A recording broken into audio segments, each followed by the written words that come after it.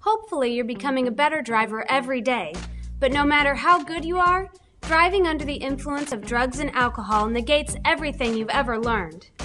You're no longer able to make the same smart decisions you do on a daily basis. You lose your faculties, which may end up causing you to lose control of your vehicle and your life.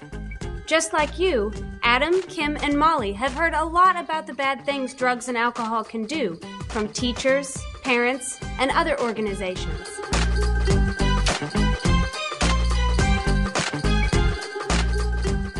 You all know that driving drunk can kill, but in this program, we're going to touch on the wide spectrum of bad things that can happen as a result of drugs and alcohol. Sadly, more than 2,000 teens are killed every year due to drunk driving. Although knowing statistics like this is important, statistics alone aren't powerful enough to defeat drunk driving incidents. I asked you all to come here to show you a few videos and discuss issues regarding drugs and alcohol. I know you've got a lot of people talking to you about this, but I want you to get some information from a few sources you may not have heard from. Let's get started.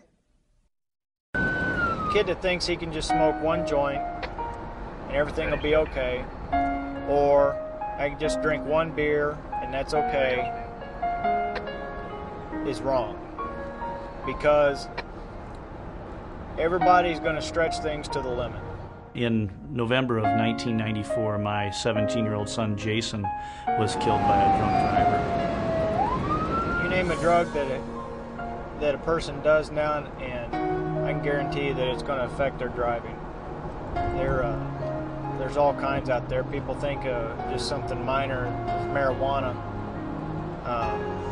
won't harm you, but I've seen a lot of accidents out there that marijuana did contribute to that accident in one way, shape, or form.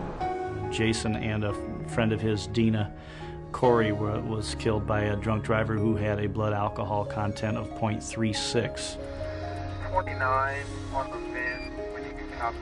All right, the reason why I stopped you, I noticed back there you weren't driving on the right-hand side of the road. You kind of weaved over into the other lane a couple of beers. Okay. Tell you what, why don't you go ahead and step out of the car for me? I just want to do a couple tests, make sure you're okay to drive. Missouri also has what we call a zero tolerance law for minors. If you're under 21 and you have a blood alcohol content of 0.02 or more, you will lose your license. And I want you to take 9 heel-to-toe steps, okay? Along this line, just like this, okay? Guy who killed those kids crossed the center line because of his advanced state of intoxication and ran into the kids who didn't have a chance to even avoid the crash. I've seen people's heads popped open, brain matter on the ground, hands cut off, some of the goriest stuff. I thought that I could just about fix anything, and I couldn't fix this. This was one thing I couldn't make new again. You could be looking at, for misdemeanor in Missouri, first time offense, you could be looking at up to 1 year in jail. Third offense makes it a felony, so you're looking at a minimum of 1 year in jail. If you compound that conviction with something to the effect of an assault, where you caused an accident, hurt somebody, even if it's one of your friends, it might be in your vehicle. It's still assault. Kill somebody, it's manslaughter, at least in Missouri. Other states may call it murder, which is basically what it is. Even though you don't intend to, that's basically what you're doing if you cause an accident and you're drunk. So what I'm going to have to do is I'm going to have to place you under arrest for DWI, okay? So I need you to go ahead and turn around and put your hands behind your back, okay? I was a drunk driving offender, just like many parents are. I wasn't what you would call a hardcore offender, but I did drive under the influence more times than I am really, I'm really ashamed to say that it was quite a few times. The only thing that changed my mind is seeing my son's corpse in a box, and that kind of shook me up, and it made me take another look at what I was doing as a drunk driving offender. I was putting other families at risk of going through what my family went through. And then you probably have to call someone, come post your bond.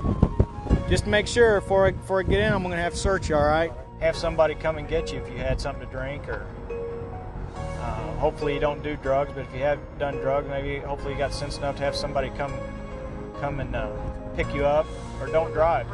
Sleep it off and then get up the next morning and go home. It's better to get home safe than not get home at all.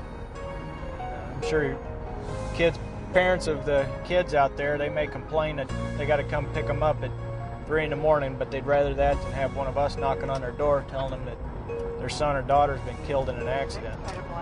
I've had to do it too many times, and the first time I had to do it, that was too many.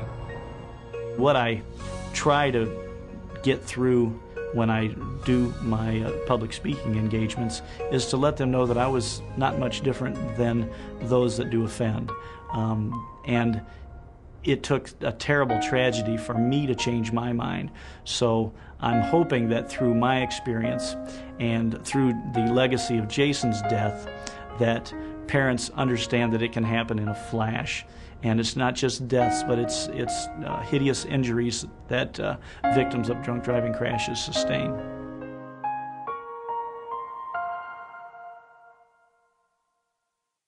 So what did you guys think? Adam? Well, I thought the father's story was very persuasive. Yeah, it's tough seeing pictures of someone our age, like his son, knowing that they were killed by something so foolish. That has to be a parent's worst nightmare. You could really tell that it hurts him to admit that he used to drive drunk himself. The problem is, it takes something so tragic to change a person's beliefs. If his son had never been killed, he'd probably still be driving drunk on a regular basis without thinking about the consequences. You're right. Part of the problem is that people don't take action until tragedy strikes their family.